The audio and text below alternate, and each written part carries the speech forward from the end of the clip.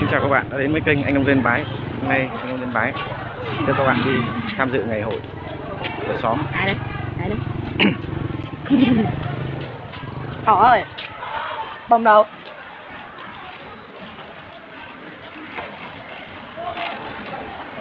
Xóm mình là xóm Thành Công ở thôn Máy Dương, xã Lộc cũ, thành phố Yên Bái cũ. Đây là tỉnh Lào Cai.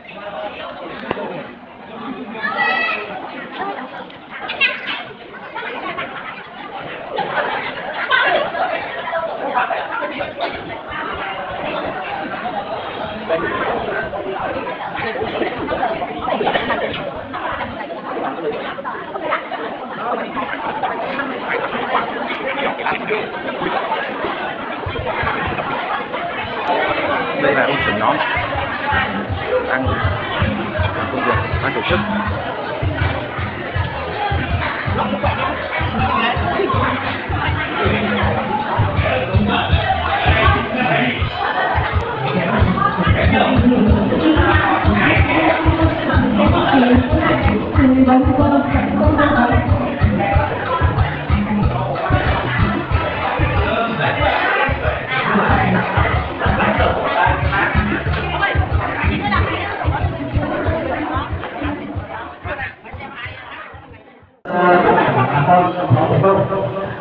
Tôi thay mặt quý vị và tôi thay mặt các anh các chị, các em và các cháu lời chào tốt đẹp nhất và chúc đầu xuân năm mới các anh các chị các cháu mạnh khỏe, làm ăn phát đạt, an khang thịnh vượng của sống của chúng ta.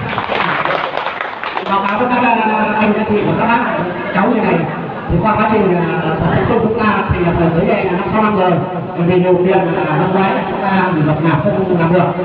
Năm nay là được sự ủng hộ người nhiệt tình của bà con xóm, nhất là các cháu trung thanh niên ủng hộ rất là nhiệt tình. Tới này chúng ta báo cáo bà con là đã được theo như là giáo viên báo cáo là chúng ta đã tổ chức được 13 mâm. Nếu tổng con số chúng ta sinh hoạt để đón xuân ngày hôm nay là chúng ta trên 97. Thì theo hội đồng tôi bắt đầu là năm nay là được sự ủng hộ rất cao của bà con xóm đã được hơn 90 rồi. Nhưng nguyện ở đây chúng tôi muốn làm thêm năm nữa là chúng ta có thể được đến 100 hoặc là 120 người là để học thành công chúng ta làm sao là đạt được đúng hay là thành công để của đại nguyện của chúng tôi. Cuối cùng tôi xin chúc sức khỏe tất cả các anh chị các cháu ở một đầu xuân năm mới mạnh khỏe, an khang và thịnh vượng cho thành công. Sau đây thì giáo viên làm tổ chức vui vật ban đây mời các ca sĩ của có thành công chúng ta lên góp vui một bài bài, trong đó là chúng ta sinh hoạt của mỗi đoàn của có thành công chúng ta. Mời